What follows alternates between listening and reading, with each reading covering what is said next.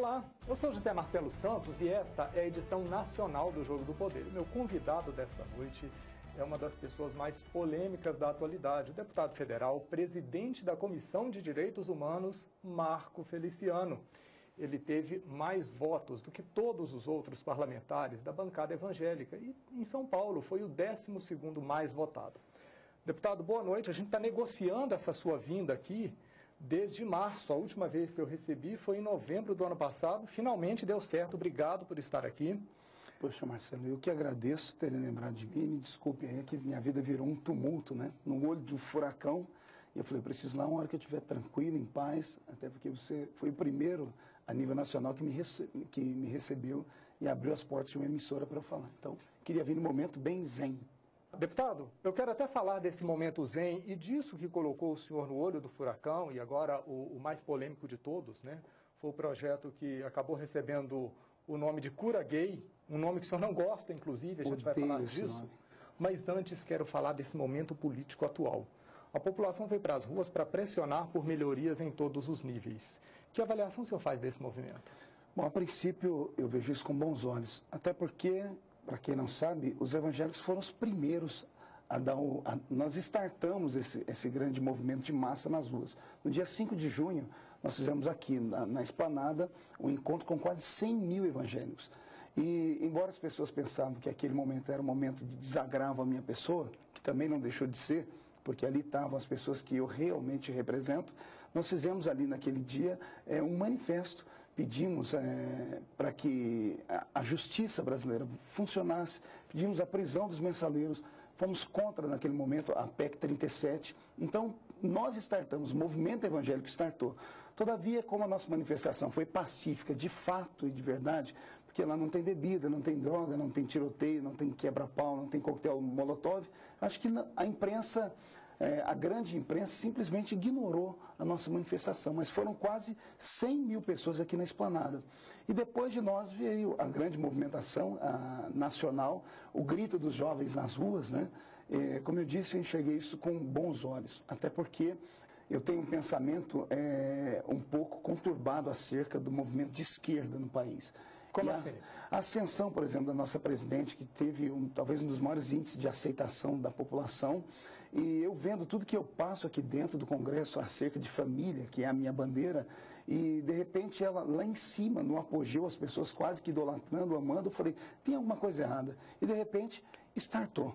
Veio todo mundo para a rua e as pessoas colocando a boca no trombone e falando de fato o que o nosso país precisa. É um momento especial, é um momento de um fenômeno que ninguém consegue explicar, até porque, para falar com o movimento, a presidente teve dificuldade. Não sabia quem tinha iniciado, quem queria o quê, porque, na verdade, querem que se conserte o país da noite para o dia. Mas eu vi isso com bons olhos, isso é democrático. Essa talvez seja a maior bênção da democracia, é você ter o direito de protestar, sem violência. Agora, o senhor acredita que esse é um movimento para pressionar a presidência da República ou colocou toda a classe política na berlinda? Olha, eu sou do estado de São Paulo.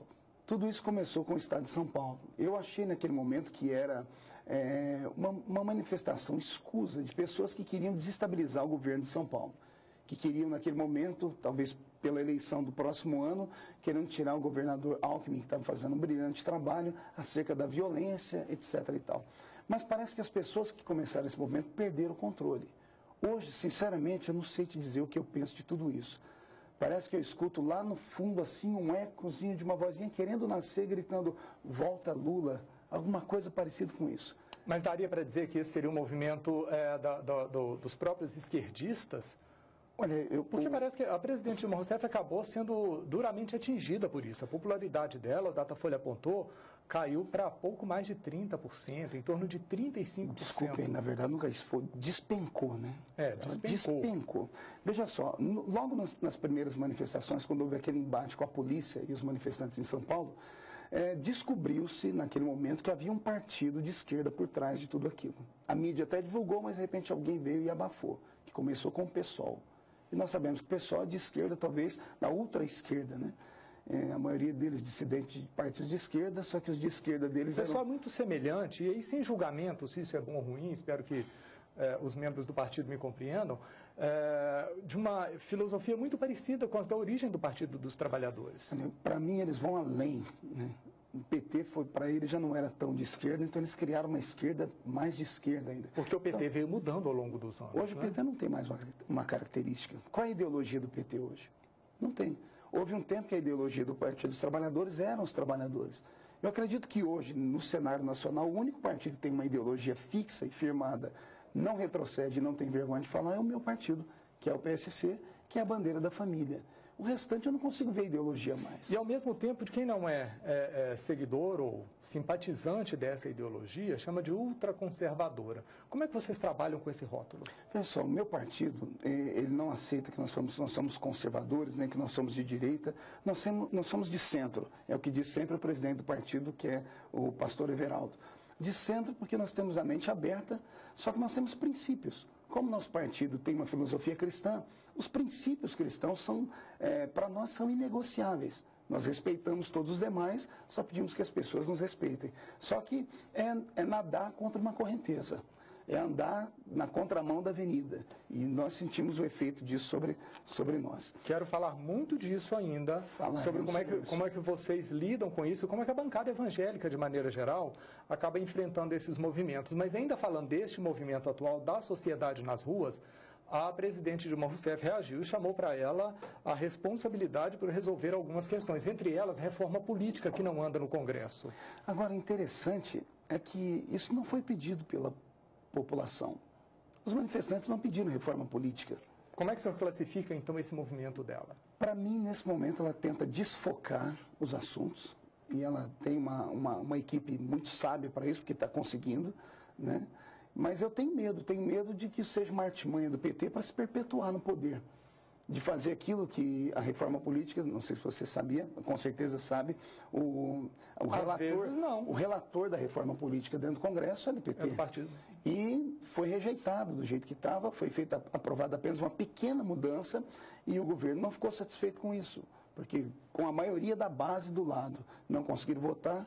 Então eu vejo que nesse momento ela, de maneira oportunista, lança isso, joga isso para a plateia, né? Como se isso fosse resolver os problemas do país. Constitucionalmente falando, nós não podemos mudar a política de um país, fazer uma reforma política com menos de um ano. Isso gera insegurança jurídica. Insegurança jurídica, é inconstitucional, né? Então, possa ser que consiga aprovar o plebiscito, mas não para agora também. Eu acredito que isso deve ser feito em 2014, senão vai onerar os cofres públicos em R$500 bilhão. Então, acredito que algumas coisas vão ser feitas. E essa, inclusive, é uma das justificativas pelas pessoas que resistem ao plebiscito agora, porque geraria um custo muito grande para os cofres públicos. Desnecessário. Seria interessante fazer isso junto com as eleições de 2014? O certo é ser feito isso. E você sabe qual pergunta que vai se fazer o eleitor? Não sei. Está sendo feita uma enquete a nível nacional, tem 1 milhão de perguntas, né?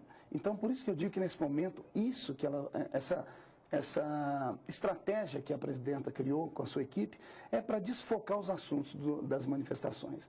Essas manifestações, como você me perguntou agora há pouco, de onde vinham, se era do partido de esquerda, com certeza veio. O PT hoje não é um partido coeso. Existem vários PTs dentro do PT. Tem o PT xiita, tem o PT que conversa... Mas historicamente sempre foi assim, ele sempre teve, o nome não me vem agora, as alas do PT. Sim. Aí você sempre teve a ala mais sindical, a ala da articulação, ele é um partido que nasceu assim, com muitas identidades. Não sou eu que digo, saiu na imprensa, o ministro-chefe da Casa Civil disse que a presidenta não ouve ninguém. Não fui eu que disse, foi ele que disse, saiu na imprensa. Todos nós sabemos que ele é o homem do Lula. Pela presidente, já. Só que ela não ouve ninguém, né? Como diz ele. Imagina ouvir o Feliciano, né? Que eu acho que eu sou uma pedrinha no sapato dela. Eu converso hoje com o deputado federal Marco Feliciano, presidente da Comissão de Direitos Humanos da Câmara. Faço um rápido intervalo comercial. Volto daqui a pouquinho, não sai daí.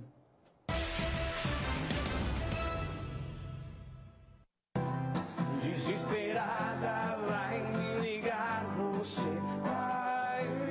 Vitor e Matheus, muita música, muitos desafios e histórias para contar. Porque a gente ama o que faz, né? Não é o dinheiro, não é o ego.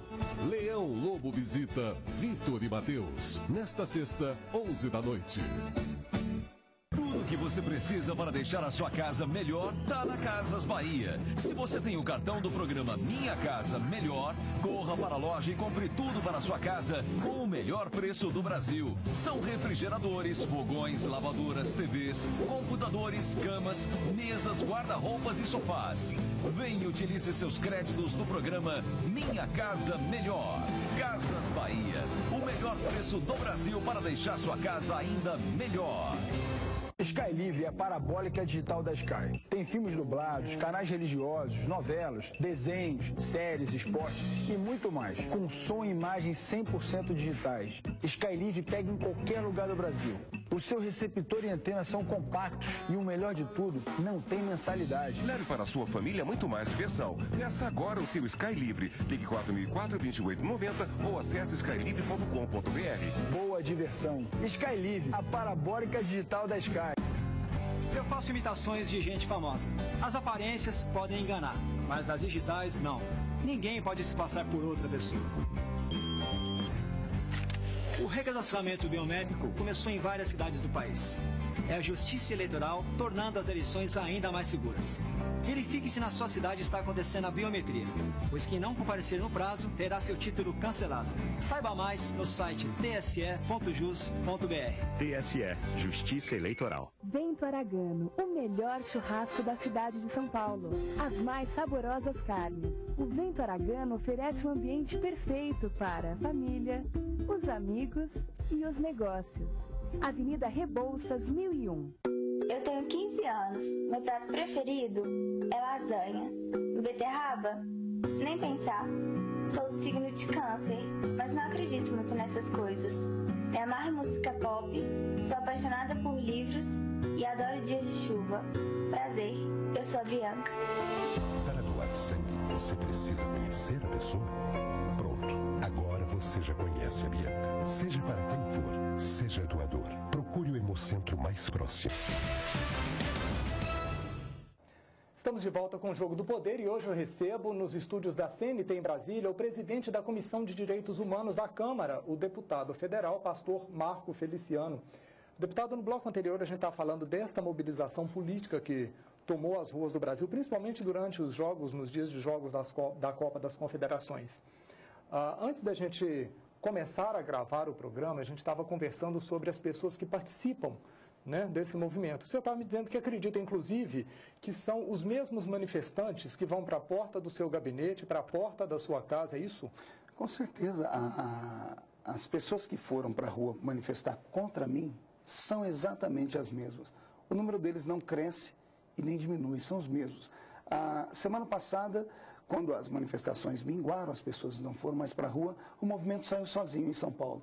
E tentaram parar uma das grandes avenidas de São Paulo. 100 pessoas.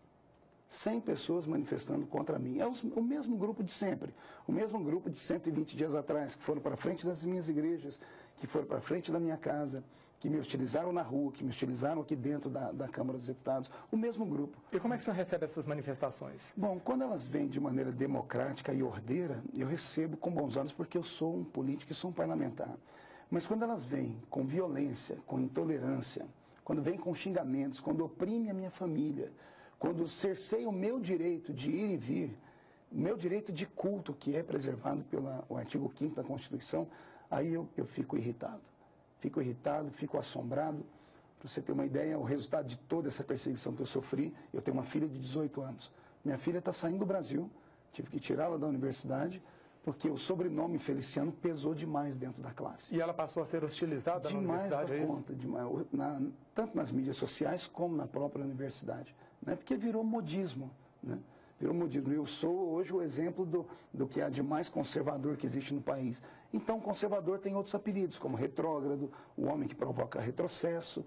Então, ser filha de um homem que provoca o retrocesso nesse momento fica ruim para ela. Ela está indo para os Estados Unidos. As duas pequenininhas minhas estão com tratamento psicológico, porque elas estavam comigo num culto, chegando no culto. E quais idades dela? 10 e 11. Cerca de 80 ativistas subiram em cima do meu carro, cuspindo, batendo, tirando a roupa, expondo o seu sexo, gritando palavrões, e minhas duas crianças ficaram apavoradas, ficaram 2 noites sem dormir. Agora, ao mesmo tempo, enquanto você está sofrendo isso tudo, desde a última vez que o senhor esteve aqui, da primeira, aliás, que o senhor esteve aqui, o senhor passou a me seguir no Twitter e eu, automaticamente, acompanhando o que acontece no seu Twitter. O senhor tem uma grande legião de apoiadores. Esse seu discurso, que as pessoas dizem que não me representa, acaba representando uma parcela muito grande da sociedade. O senhor já fez uma mensuração disso, do que representa politicamente esse seu discurso? Olha, eu pude observar isso há 3 semanas atrás. A Folha de São Paulo trouxe uma matéria, foi até interessante, que ela me chamou de azarão. E eu fui ler por quê, né? Mandaram para o senhor sabia que o senhor é o azarão? E eu fui ler a Folha e o Palácio fez um censo, uma pesquisa para presidente da República, e a pesquisa foi feita de maneira espontânea. É a pesquisa mais difícil. Você para uma pessoa na rua e pergunta para ela, se a eleição fosse hoje, você votaria em quem? E eu pontuei. Pontuei numa pontuação alta, quase 7 pontos. Fui o 4º da lista.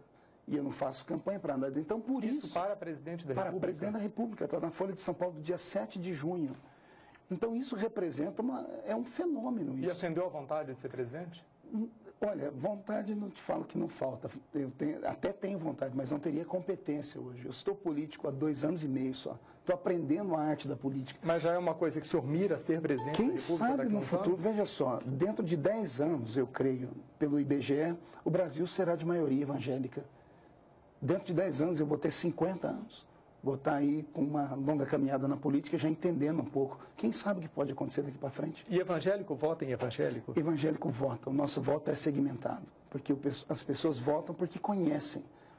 É um voto intelectual mesmo. As pessoas analisam a vida da pessoa, sabem o que a pessoa representa e confiam na pessoa. Por isso que eu tive 212 mil votos em São Paulo.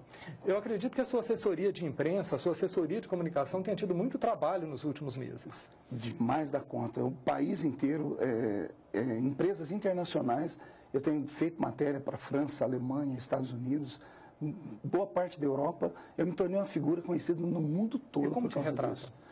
Eles me retratam como, lá fora, eles têm uma visão diferente do Brasil. Eles enxergam isso como um fenômeno também. Como um fenômeno. É como se reacendesse aquilo que hoje na Europa desapareceu, que é a questão família, que é a questão conservadora. Né? Foi o fenômeno que atingiu a França 30 dias atrás, quando 1 milhão de pessoas vão para o Arco do Triunfo protestar contra o casamento gay. Agora, quando o senhor fala de família, o senhor está falando só família? O senhor reconhece como família aquela formada por marido, mulher e filhos? Marido e mulher com filhos ou sem filhos. Né? Para mim, isso é a família. É claro que pode ter lá o avô, a avó, tio, tia, mas a família, a constituição da família... Jamais por 2 pessoas do mesmo sexo com adoção de criança ou tendo filho biológico. Na minha linguagem, família, não consigo enxergar desse jeito. Eles até tentam falar que hoje há uma nova estrutura familiar, né? Mas eu prefiro continuar com a estrutura familiar do princípio, aquela que existe antes da sociedade, aquela que existe antes do Estado, melhor dizendo. O mundo sempre foi assim, um homem ou uma mulher geram filhos. Quando eu divulguei nas redes sociais que o senhor seria o meu convidado desta semana, claro, recebi um caminhão de sugestões de perguntas. Entre essas perguntas, uma de uma pesquisadora em comunicação, a professora Alzimar Ramalho, e ela gostaria de saber do senhor se o senhor monitora essas redes sociais e como é que a sua assessoria de imprensa ela lida com 2 hashtags que estão bombando na internet, né, usando uma expressão da rede, que é o Fora Feliciano e Marco Feliciano não me representa. Como é que o senhor reage a isso? De maneira muito natural, e até explico por quê. Eu não represento de fato essas pessoas que são contra mim. Eu represento aqueles que votaram em mim. O Estado Democrático de Direito te dá essa liberdade. Por isso nós temos 503 deputados e não apenas um. Né? É a mesma coisa falar que a Dilma representa todos. Ela é a presidenta de todos, mas nem todos votaram nela. E tem pessoas que não gostam dela. Nem todos defendem as causas que ela defende. Exato. Nesse momento tem pessoas que podem dizer, a presidenta não me representa. Né? Em contrapartida, eu tenho 50 milhões de pessoas que eu represento diretamente, que é o público evangélico. E esse público evangélico, ele tem manifestado esse apoio ostensivo em todos os lugares onde o senhor vai? É só a gente mostrar. Esse grupo que fizeram manifestações contra mim, tirando a parada gay, fizeram 40 manifestações. Somada todas, não chegou a 5 mil pessoas. O meu grupo, em uma manifestação só aqui em Brasília, reuniu 100 mil pessoas. Esse fim de semana agora que passou, Em São Paulo, o Jornal Nacional noticiou 2 milhões de pessoas. E como provocação, o senhor usou uma camisa onde estava escrito: eu represento vocês. Isso não foi provocação, foi uma resposta ao meu público, dizendo: eu estou aqui porque eu represento vocês. E fui ovacionado e aplaudido pelo meu público. Então, outra coisa que eu queria dizer à nobre professora é que o pessoal da militância GLBT, eles descobriram a internet bem antes de nós. E outro mais, embora seja um grupo pequeno, é um grupo que tem acesso à escola. Consegue reverberar, né? Mas eles têm acesso à escola, tem a renda per capita do grupo movimento GLBT é infinitamente maior do que a classe normal. E o público evangélico é um público muito simples. É um público que vem de classe D, E e C. E só que estão acordando agora. Só com esse normal que o senhor usou aí, o senhor já vai ser apedrejado de novo. Como assim? Né? Que eles são diferentes da classe normal. Essa bancada evangélica, ela trata como anormalidade a questão da homossexualidade? Não. Quando eu quis dizer normal, eu disse assim, que existe classe A e B, existe a C, D e E. Existe os pobres, existe os ricos. O movimento LGBT é formado por pessoas que conseguem, que vêm de classe média alta. A maioria deles, a grande maioria. Por isso que hoje existe um lobby em cima desse movimento, para que ele continue crescendo, porque eles são os que compram roupa de marca, compram produtos de marca, etc. E tal. O grupo evangélico pertence ao grande grupo do país, onde nós vivemos um país pobre. Então, o nosso povo vem dessas classes pobres e, por isso, não tem acesso à internet, não tem acesso às mídias sociais. Mas hoje, com essa expansão do próprio governo, nós estamos melhorando muito. Ou não são tão mobilizados, né? Não, até a mobilização, o evangélico, ele, por ser cristão, a nossa marca é bateu de um lado do rosto, deu o outro. Então, nós não revidamos a briga. Uma das marcas que ficou em toda manifestação que aconteceu contra mim no Brasil foi meu silêncio. Em momento nenhum eu revidei, não xinguei, não levantei a voz para ninguém. E isso ficou uma marca como um cristão age no meio da adversidade, no meio da luta dele. Continua minha conversa com o deputado federal Marco Feliciano. Não saia daí, porque no próximo bloco quero falar de cura gay. Estilo de vida, jeito de fazer e acontecer. Pessoas que revelam segredos do sucesso. Toda terça, ela recebe gente de talento para uma conversa surpreendente. Márcia Peltier Entrevista. Um programa 5 estrelas. Toda terça, 11 da noite. Um oferecimento Claro HD TV. A alta definição ao seu alcance. Itaipava, a cerveja 100%. Bradesco Seguros. É melhor ter. Se você tem dificuldades para administrar o dinheiro que entra e sai, faltam recursos para investir no seu negócio, ou tempo para fazer tudo sozinho, traga a conta da sua empresa para o Bradesco. Aqui você pode antecipar seus recebíveis, tem gestão de caixa, crédito para expandir o seu negócio, internet banking exclusivo e, principalmente, um amigo interessado em fazer a sua empresa virar um caso de sucesso. Bradesco Empresas e Negócios, o amigo com quem você pode contar. Tá barato, tá muito barato. Tá barato, tá muito barato. Quer pagar barato? Ah, então venha logo pra Casas Bahia, que seu dinheiro tá valendo muito mais. Tá muito barato mesmo. Lavadora 11 quilos a partir de R$ 999 à vista. É barato mesmo, a partir de R$ 999 à vista. Refrigerador 2 portas a partir de R$ 999 à vista. É isso mesmo, só R$ 999 à vista. Na Casas Bahia é assim, ó. Tá barato, tá muito barato. O mais tradicional e saboroso filé parmegiana do Brasil agora tem novo endereço. A tradição centenária da família Steiner, que em 1902 iniciou na cidade de Itu, depois Campinas, Sorocaba e São Paulo, agora desembarca às margens do Lago Paranoá, em Brasília. Bar do Alemão. De Itu para Brasília, a mais deliciosa culinária alemã e o mais famoso e tradicional filé parmegiana do Brasil. Em um lugar ideal para negócios e um ambiente acolhedor para reunir a família, os amigos e desfrutar o sabor único de cada prato. Setor Hoteleiro Turismo Norte no Projeto Orla, bem próximo do Museu de Arte. Venha conhecer o Bar do Alemão. Tradição e paixão pela boa comida.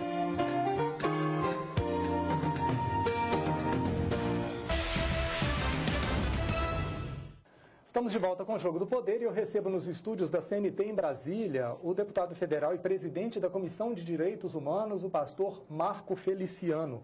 Prometi que a gente vai falar do projeto de cura gay nesse bloco, então vamos começar por ele. O senhor não gosta do nome que a proposta recebeu. Eu odeio esse nome. Esse nome, para mim, foi uma desonestidade intelectual da grande mídia, somada ao Conselho de Psicologia Federal e os ativistas que sempre foram contra esse tipo de projeto, né? Esse projeto não é meu, viu, Marcelo? Acho que pela primeira vez vou poder falar aqui para o Brasil inteiro. O projeto não é meu, o projeto é de um outro deputado chamado João Campos, ele é do PSDB. Eu não sou relator do projeto, o relator do projeto é o deputado Anderson Ferreira, do Pernambuco, que é do PR. A rigor, a sua relação com esse projeto é porque ele passou pela Comissão de Direitos Humanos. Exatamente. Ele só estava na Comissão de Direitos Humanos porque o ex-presidente da Comissão de Direitos Humanos, com o apoio dos ativistas, sabendo que o projeto ia ser aprovado na Comissão de Seguridade Social o ano passado, quando o projeto ia ser votado, ele retirou o projeto de lá e trouxe para a Comissão de Direitos Humanos no intuito de sepultar o projeto, porque isso é um jogo político. E por que não conseguiu sepultar? Porque ele saiu da frente da comissão, o PT perdeu a liderança da comissão, a comissão foi tomada por pessoas que pensam a favor do projeto. E se o projeto não é de cura gay, do que ele é? Vamos explicar esse direito? Vamos lá. Veja só, quem fala de cura é a própria resolução. Esse projeto, ele susta um parágrafo único do artigo 3º da resolução 001 de 99 do Conselho de Psicologia Federal e o artigo 4º. O que diz no parágrafo único? O parágrafo único diz assim: os psicólogos não colaborarão com eventos e serviços que proponham tratamento e cura das homossexualidades. Quem fala em tratamento e cura é a resolução do Conselho de Psicologia, não é o projeto. O projeto susta esse parágrafo. Sustando esse parágrafo, desaparece a palavra cura e tratamento. Por que não há cura para isso? Porque não é doença. E doença tem que ser tratada com remédio. Psicólogo não receita remédio. Quem dá remédio é psiquiatra, porque o psiquiatra estuda para a medicina. A psicologia é uma pseudociência. Se ouve, a pessoa abre o seu coração e o profissional da área de psicologia vai dar o norte para essa pessoa. O artigo 4º diz assim: os psicólogos não se pronunciarão nem participarão de pronunciamentos públicos. Isso aqui cerceia o direito do profissional de poder debater o assunto. É você sendo jornalista e baixar uma pauta para você falando: olha, Marcelo, você pode falar de qualquer assunto, menos do assunto acerca do Banco do Brasil, porque se falar do Banco do Brasil pode ser um preconceito contra o banco, etc. Então, esse artigo e esse parágrafo, ele cerceia o direito do profissional de atuar. Então, ele fere o artigo 5º da Constituição, que dá a todo brasileiro o direito de trabalhar e de exercer a sua profissão. Mas quando você fala em cercear esse direito de atuar, cercear esse direito de atuar, é atuar especificamente fazendo o quê? Pelo entendimento do projeto, qualquer pessoa que procura um psicólogo, ela procura porque ela tem uma crise interior, ela tem uma angústia interior. Para isso, ela é encaminhada a um psicólogo. O psicólogo vai ouvir. Compreender, porque quer entender algumas questões. O G Federal sabe que eu vou dizer que eles são ativistas do movimento GLBT e é o único conselho do mundo que tem essa resolução. Mas dá para taxar todo o Conselho Federal de Psicologia da grande liderança, vocês a grande liderança são ativistas nós já tivemos alguns embates, nós já tivemos alguns embates sobre isso, e não é só essa luta deles, eles lutam contra tudo aquilo que qualquer parlamentar, entre aspas, tido como fundamentalista vai, inclusive sobre as casas de recuperação e outras coisas mais, que fica para um assunto para outra vez aqui. A grande luta que o deputado Carimbão e o deputado Osmar Terra teve foi com o Conselho de Psicologia Federal, na luta sobre a questão das drogas. E eles, mais uma vez, envolvidos, porque a maioria das casas de recuperação eram cuidados por religiosos. Então, fica aqui só um pensamento para o seu telespectador. E já fica aqui o convite para o Conselho Federal de Psicologia. Gostaríamos muito de entrevistar alguém de lá a respeito desse e de outros assuntos. Perfeito. Nesse assunto, o que acontece? E repito, só existe essa resolução no Conselho de Psicologia Federal do Brasil. No mundo inteiro não há nada semelhante a isso. Esse artigo e esse parágrafo, ele põe medo no profissional de trabalhar com pessoas que tenham a sua orientação sexual com divergências. Se a pessoa é homossexual e ela procura o psicólogo, ela vai procurar porque ela está com uma crise interior. Tem pessoa que não se aceita.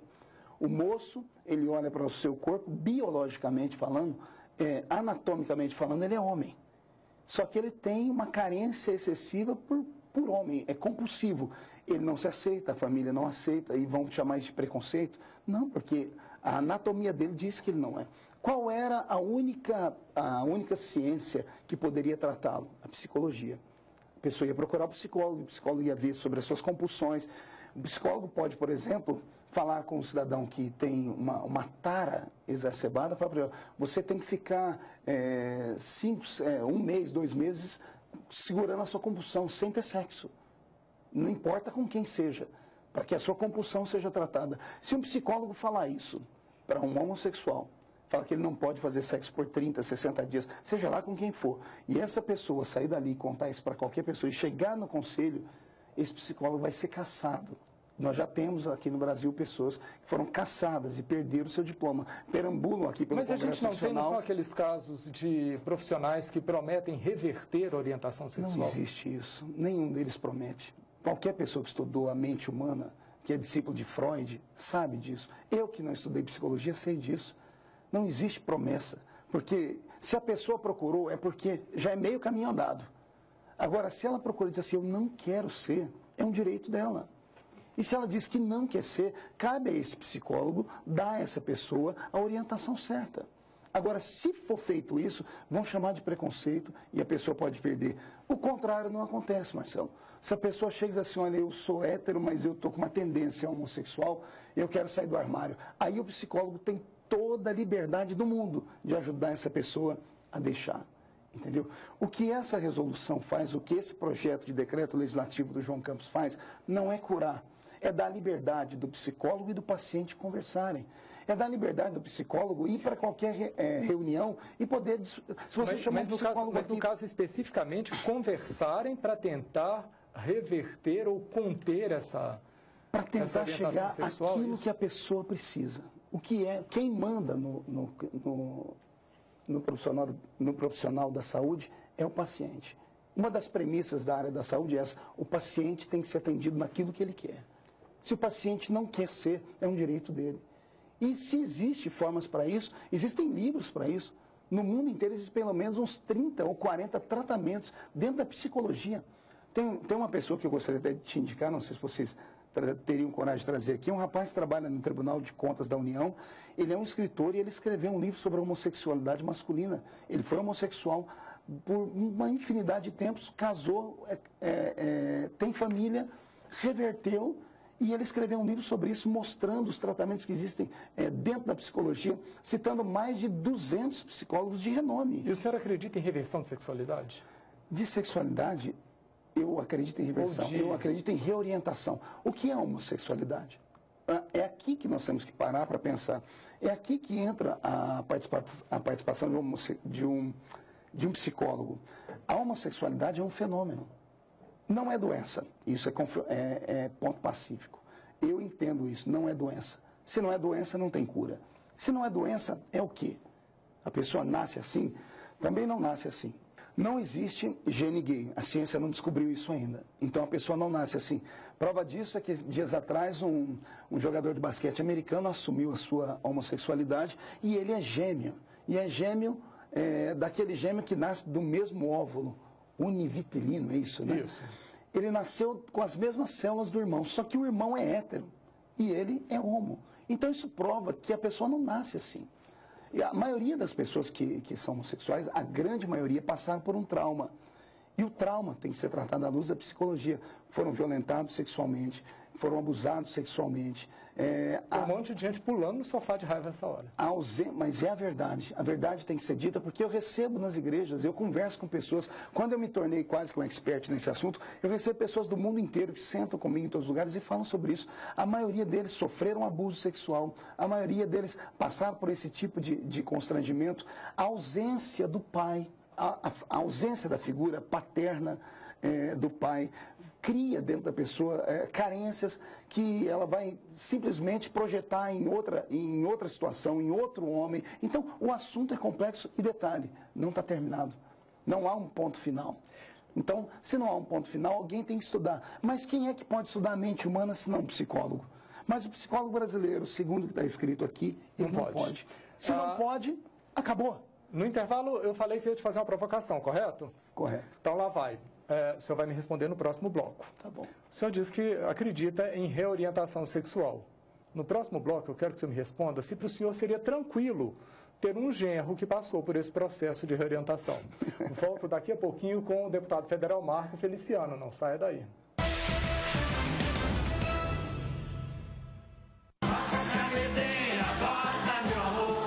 Neste domingo, vamos relembrar o velho guerreiro. Maria Sapatão, sapatão, sapatão. 25 anos depois, Abelardo Barbosa, o eterno Chacrinha, continua vivo em nossos corações. Especial Quem Não Se Comunica, Se Trumbica. Neste domingo, 8h30 da noite. Roda aí, roda, roda. Eu tenho 15 anos. Meu prato preferido é lasanha. Beterraba? Nem pensar. Sou do signo de câncer, mas não acredito muito nessas coisas. Me amarro em música pop, sou apaixonada por livros e adoro dias de chuva. Prazer, eu sou a Bianca. Para doar sangue, você precisa conhecer a pessoa? Pronto, agora você já conhece a Bianca. Seja para quem for, seja doador. Procure o Hemocentro mais próximo. Estamos de volta com o Jogo do Poder e meu convidado de hoje é o presidente da Comissão de Direitos Humanos da Câmara, o deputado e pastor Marco Feliciano.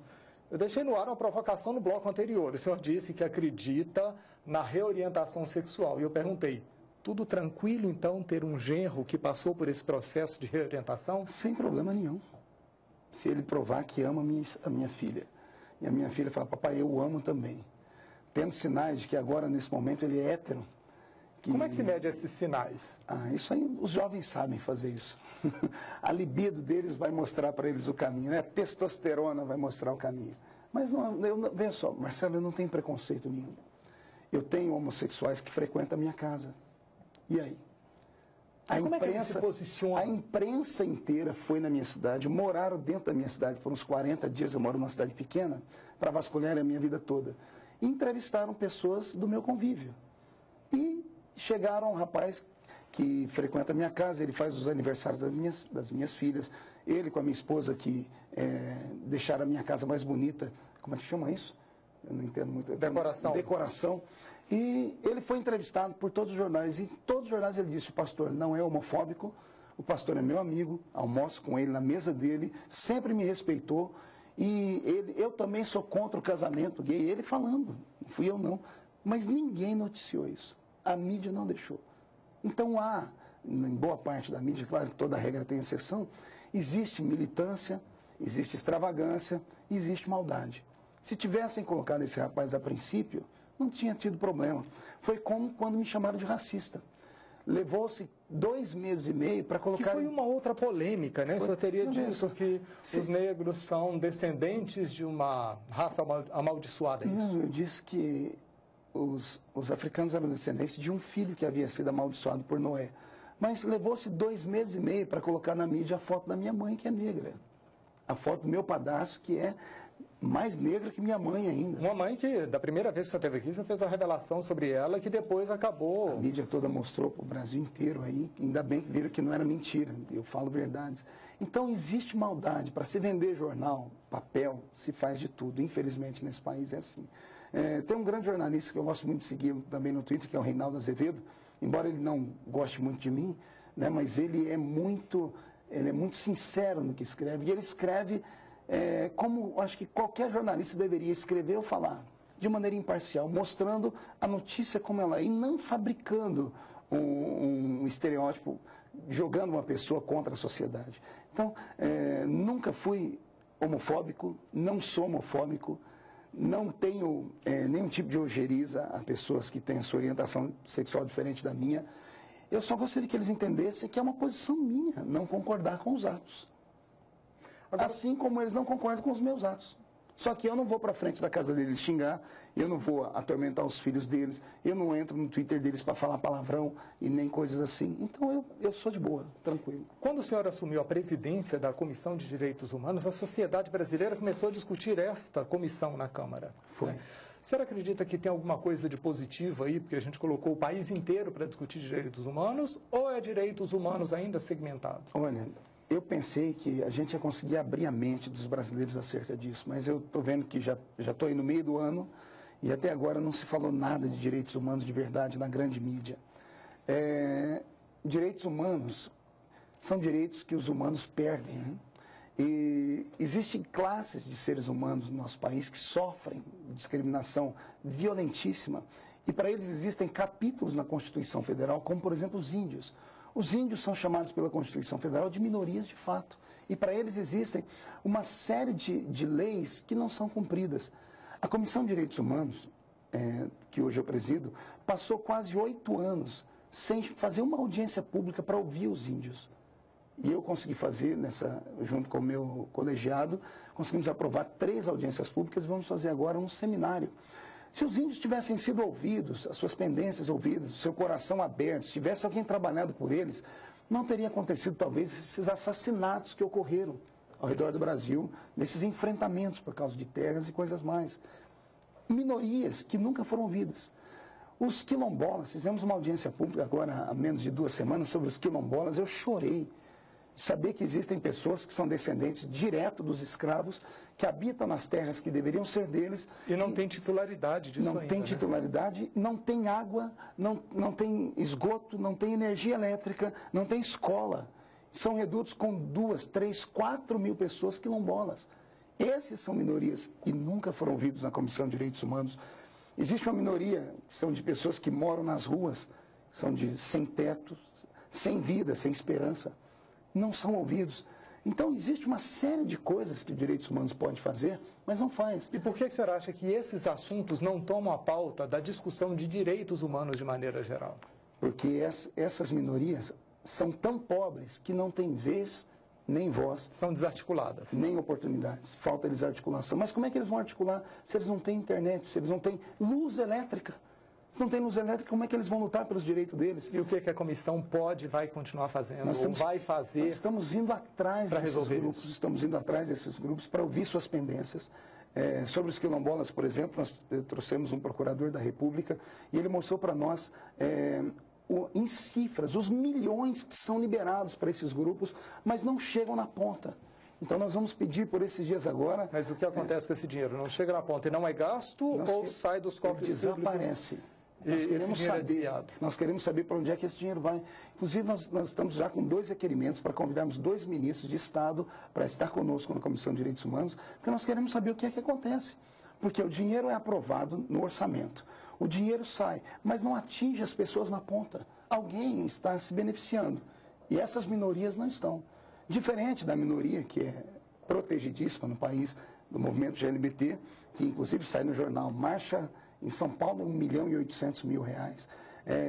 Ministra Marta Suplicy cria uma pasta especial, exclusiva, dentro do Ministério da Cultura para o movimento GLBT. Então, eles são articulados. Como são articulados, e falar deles é moda. O mundo inteiro fala deles. Isso. Eles reverberam, então eles conquistam. Parece que é aquela velha história da galinha, né? A galinha que, se ela não cantar, ninguém sabe que ela botou o ovo, né? Então, os direitos humanos precisam ser repensados. Eu fiquei feliz por ter colocado o assunto de direitos humanos na pasta nacional. Mas desfocaram. Só se fala desse grupo. E não Mas, ao mesmo tempo, quando você fala que colocou direitos humanos na pauta nacional e esse discurso ficou segmentado, há quem diga que o senhor acabou sendo usado, isso numa expressão do interior, como boi de piranha para desviar o foco de outras situações. Né? Entre elas, a das denúncias envolvendo a presidência do Senado. O senhor concorda com isso? Concordo em gênero, número e grau. Me levantaram como uma cortina de fumaça. Não houve na história desse país até hoje um político que ficasse quase 4 meses de jornal nacional. Cito o Jornal Nacional porque é o jornal mais visto da maior emissora do país. Todos tem mais audiência, vai na casa de todo mundo todo dia. Eu saio em todos os jornais do país. E veja só, eu não sou mensaleiro, eu não sou corrupto, eu não fui condenado em tribunal nenhum. Eu sou um homem de família, eu sou um religioso, eu não bebo, eu não fumo, eu não jogo, eu não mato, eu não roubo, não me prostituo. Mas aí, de novo, você está querendo colocar a pessoa eu só quero explicar. Não. Eu estou dizendo assim que eu não tenho vícios. Eu não posso ser julgado nem por vícios, porque eu não tenho vícios. Entendi. É isso que eu quero que as pessoas entendam. Em contrapartida, no Congresso tem gente com um monte de problema. E por que pegaram justo um religioso para fazer isso? Existe preconceito religioso, Marcelo. Usaram isso... Em alguns casos, quase intolerância, não é? Quase não. Quando vão para cima do meu carro e tiram a roupa, xingam, ameaçam-me de morte, isso é intolerância de verdade. Quando criam sites fajutos e Facebooks como se fossem meus e colocam mais de 100 frases racistas e homofóbicas e o povo divulga isso porque ninguém tem controle da internet, isso é intolerância. Isso é feito por um grupo que gosta de desarticular, que gosta de desestabilizar. As pessoas que vieram, que comandaram o grande protesto contra mim aqui dentro da Câmara, descobrimos por fotos depois que são as mesmas pessoas que fizeram a mesma luta contra a Ioni Sanches, que veio de Cuba para cá. Então, o jogo político é muito pesado. O jogo político, ele é sujo e me usaram naquele momento. E aproveitando que você citou nisso, e não duvido que nesse momento o projeto Cura Gay começa a ser levantado para tentar tomar espaço nas mídias e as pessoas esquecerem os protestos verdadeiros do Brasil. Olha só, porque o pessoal foi para a tribuna dizer que há um sentimento popular, o país inteiro é contra a cura gay, porque em toda manifestação, não, é o mesmo grupo que aproveitou o mote da multidão e foi com um grupinho de 10, 15, 20, 100, tá aí, semana retrasada botaram 100 pessoas lá em São Paulo, porque não tinha grande massa, aí a mídia foi obrigada a dizer, 100 pessoas pedem o fim da cura gay. Então, eu tenho medo deles desfocarem de novo. Deputado, eu quero muito agradecer por essa entrevista. Estava ansioso para a gente poder conversar sobre esses assuntos. Quero recebê-lo aqui numa outra oportunidade para falarmos de coisas que não conseguimos em função do tempo. A você, muito obrigado pela audiência. O Jogo do Poder volta na próxima quinta-feira, às 11 da noite. Eu te espero. Até lá.